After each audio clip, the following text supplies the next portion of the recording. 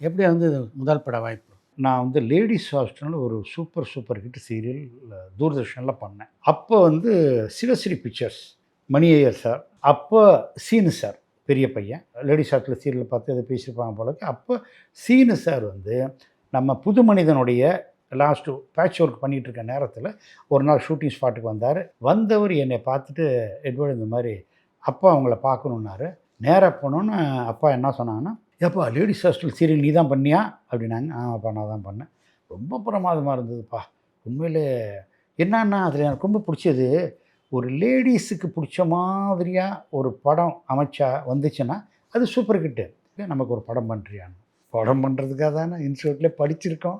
அதனால நான் பண்ணுறேன் அப்படின்னு தாராளமா பண்ணுறேன்னு சொன்னேன். யார் ஆர்டிஸ்ட்டா போடலாம் அப்படிங்கிற மாரி ஒரு அதில நிறைய சர்ச்சிங் எல்லாம் நடந்தது. எனக்கு சத்யராஜ் சார் பழக்கம், பிரபு சார் பழக்கம், விஜயகாந்த் சார் பழக்கம். போய் பார்த்தா எல்லாரும் மினிமம் 1 இயருக்கு கீழ அவங்கள்ட்ட டேட்டே இல்ல.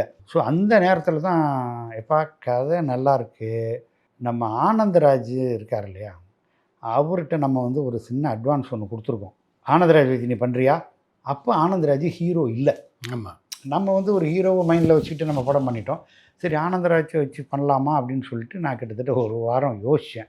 ஏன் ஆனந்தராஜ நம்ம ஒரு ஹீரோவா இதில வந்து நம்ம நல்லா ப்ரமோட் பண்ணா நல்லா இருக்குமே அப்படின்னு சொல்லிட்டு, அப்படி பண்ணது தான் கிழக்கு வெளுத்தாச்சு.